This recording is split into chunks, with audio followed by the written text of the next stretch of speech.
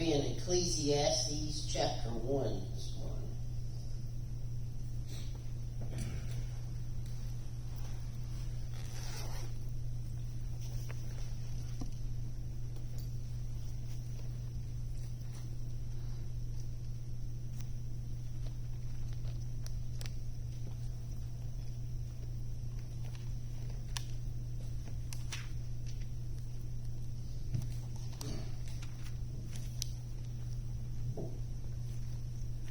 Just the words of the preacher, the son of David, king in Jerusalem. Vanity of vanities, saith the preacher. Vanity of vanities, all is vanity. What profit hath a man of all his labor which he taketh under the sun? One generation passeth away, and another generation cometh, but the earth abideth forever. The sun also arises, and the sun goeth down, and hasteth to his place where he arose. The wind goeth toward the south, and turneth about unto the north. It whirleth about continually, and the wind returneth again according to his circuits. All the rivers run into the sea, yet the sea is not full. Unto the place where whence the rivers come, thither they return again. All things are full of labor, man cannot utter it. The eye is not satisfied with seeing, nor the ear filled with hearing. The thing that hath been, it is that which shall be, and that which is done is that which shall be done. And there is no new thing under the sun. Is there anything whereof it may be said, see, this is new? It hath been already of old time, which was before us. There is no remembrance of former things, neither shall there be any remembrance of things that are to come with those that shall come after. All right. Now, what's he talking about here? He's talking about worldly things. Okay, he's talking about things of the world. And if you look at it, he talks fairly plainly. You just got to know what plain speech he's using here. He talks about in verse 7, it says, all the rivers run into the sea, yet the sea is not full.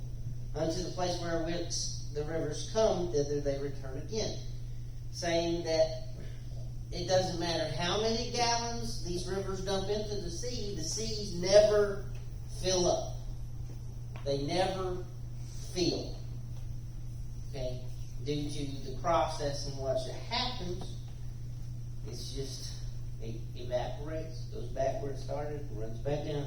That's basically what he's saying. But anyway, he's saying basically that it doesn't matter what you're talking about here in this reality, this natural realm, nothing is ever satisfied. Okay? You can work all the time as much as you want to, make as much money, never spend a dime, save everything that you've ever had, and it's never enough. When you get to a certain point, we always set goals. We're taught that in high school, at least they taught that in high school when I was in high school. You set short-term and long-term goals, and then when you reach those, you reset. You don't just celebrate and say, well, my life's done. I reached those goals. You set new ones. And you reach further. Because that's how this realm works. We're never satisfied. We can always achieve more. You see, that's the reason you still hear Elon Musk's name on social media and the news. It's because he hasn't retired and disappeared yet. We always say, if I can get X amount of money, then I'll consider myself independently wealthy enough to where I can just do blah, blah, blah. When we say, I like to say that I'm going to buy an RV, sell my house, and I'm just going to travel the rest of my life. But when we get to those goals, that amount of money, it doesn't seem like enough anymore. It's like, I'm going to go broke if I stop now. And then we want more, and we want more, and we get to our next goals, and we want more, and we want more, because that's how this realm is set up. We sit down to a meal, and you can eat the best meal, the biggest meal that you could ever fit in your mouth. And you get overly stuffed, have to unbutton your pants, sit back, But in a few hours, guess what? You're going to be hungry again, because that's how it works. There's no satisfaction. That's what he meant by, he said, vanity of vanities, said the preacher. Vanity of vanities. All is vanity. We go out, we work, we try to save money. And guess what? Before a week's out, you're going to be broke again. And needing your check again, because we set our budget up to fit our paycheck.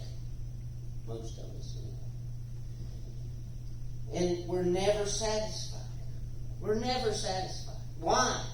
It's because things die, things rot, things disintegrate. That's what happens here in the natural. It falls apart. Things can happen. If we're thinking worst case scenario in the natural realm, then we need all we can get. And we're never satisfied. And he talks about this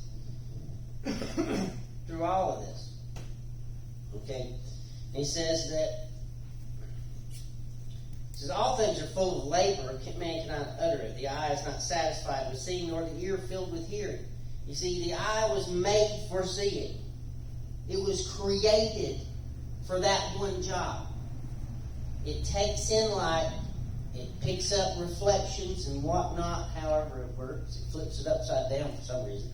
And then it registers in our brain what we're looking at. That's the eyeball's one job. It says the ear can't be filled with hearing. It just like the eye has one job. It's set up. It's pretty meticulous. The eye and the ear, both of them. It's pretty meticulous how it's set up and how it works and everything. And it has one job. And with that one job, it's not satisfied. Tell me that you haven't thought to yourself that it would be so much better if I could just see better. If I could have, me personally, I'll use myself as personal. I'm a big Superman fan.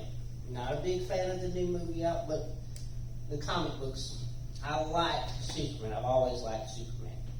And he has vision, supervision. Okay? Not only can he see really far distances, he can see through things, and then he has those laser beams.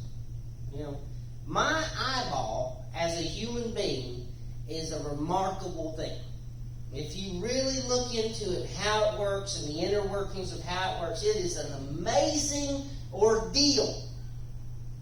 Amazing, mind-blowing that it actually exists.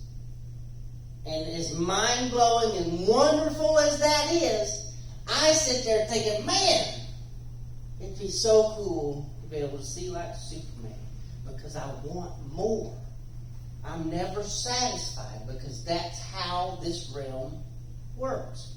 That's why the Bible tells us to not set up our treasures here on earth, but set up heavenly treasures, because they don't rot and blow away. You don't need more than what you can get in heaven. You don't need more than what God can give you, because what God gives you is not going to run out. You're not going to worry about running out. Like, we'll go back to the food thing. You eat. If you've ever been in a situation where you've been hungry and trying to find something to eat, which I haven't been too desperate about it, I'll be honest with you, I've been pretty blessed. But you get to the point where you're so hungry that it hurts, and then you finally get you some food. And I'm talking about hunger pains. I'm not talking anything worse than that, because I don't know nothing further than that. But you finally get that food, and you satisfy those hunger pains. And it's like, oh, finally. And then just a little while later, you're right back at it. Well, when God told them at the well, I offer water, you'll never thirst again. That's what he's talking about here. Everything here, if we suck it in, we take it in, we're going to want more. We're going to need it again. We're going to thirst again, if you want to say. But with what God gives us, it doesn't fade away. It is eternal. And that's how it is in the realm where we're headed. See, we're not going to have to worry about having to eat on a regular schedule because it's not going to run out. We're not going to have to worry about all the things that God gives us running out and us having to go find more. We're not going to have to worry about that. See, everything on this planet has a beginning and an end. Everything. It doesn't matter what we're talking. We have so-called prehistoric trees all over this planet. But guess what? One day, those things, no matter how old they get, are going to wither and die and turn back into dust or whatever the case may happen. And then something's going to have to be in its place. Another seed will have to be planted, and another tree will have to break the ground and replace the tree that died. You see, you can say that about anything and everything except for the actual planet Earth. So far, we know there's going to be an end to it, but we haven't seen it yet. Because everything, but what we're talking about here is everything under the sun withers and dies. It doesn't matter how much money you got. It doesn't matter what cool cars you got. Now, I know science is trying to figure out immortality. Please don't pass it my way. I don't want it. But everything passes away. Everything is temporal here. That's why he says, vanity, vanity. All is vanity. Because that's what this realm is. If we are looking for the treasures here, we're setting up our earthly treasures here, and that's all we've got, then what we've got is fading away. What we've got is turning to dust. We need to set our eyes on higher things and look to things that God can give us that aren't fading away. Look onto the eternal. Look into the eternal. Set our treasures up in the eternal. Amen. Not on things. And this is coming from King Solomon. He's talking, this man, he was given godly wisdom directly from God. And in that, he became a very wealthy man. He became a very powerful man. He became a very knowledgeable man. He became a very educated man. So he had, basically at that time, he had all the riches that you could acquire. And it wasn't enough. Because it was worldly riches. It was things from this world. You see, we see the American dollar and we think, I want that. I want as many as I can get. But guess what? One day, the American dollar is going to collapse. Whether by, being replaced by another thing or however, it's going to collapse. It's a flawed system. It works for what we need it for, but it's still a flawed system. So there's going to be an end to the American dollar. Besides that, there's that old saying that everybody used to say back in the day, you can't take it with you. When you die, your money stays behind. It doesn't matter how much you had in the bank account, it doesn't matter how much you had stuffed in a mattress or whatever the case may be, you are going to pass away. Either your money's going to pass or you're going to pass. It's all from this realm, this natural realm. You see, we can't hold on to things. A lot of times throughout my life growing up, I would put all my desire into one thing. And if I got that thing, I held on to it really tight. I really liked it.